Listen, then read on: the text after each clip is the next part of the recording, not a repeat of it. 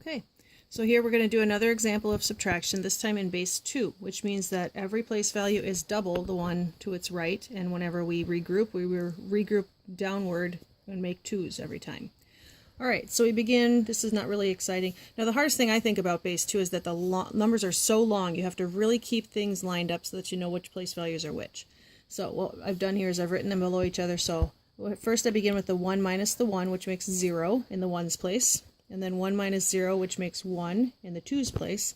Here's where I run into my first issue. So I've got 0 minus 1, and I need some more in order to make that work. So I'm going to have to go next door. Oh, they're broke. I got to go next door there. So I'm going to break this. There will be none of those left.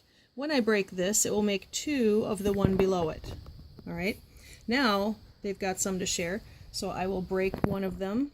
We'll leave one behind, break one into 2 of these. So now I've got 2 minus 1, which is 1. Here I've got 1 minus 1, which is 0.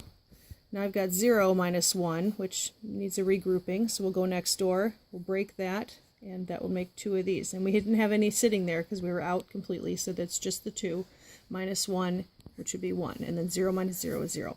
So there's our answer to that base 2 problem. And again, 2 ways to check a subtraction problem. One is to add it back up. Alright, and then we've got, so we add these back up in base 2, again regrouping whenever we see a group of 2.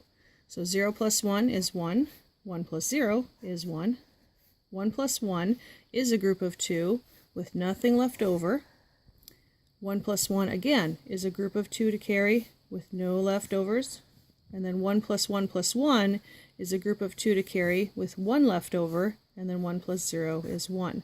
Now we check that with that top number, and those two match each other. Okay? So now another way to check this would be to go to base 10. And what we want to remember is what are our place values. So we've got 1's, 2's, 4's, 8's, 16's, and this one will need one more. It'll be a 32.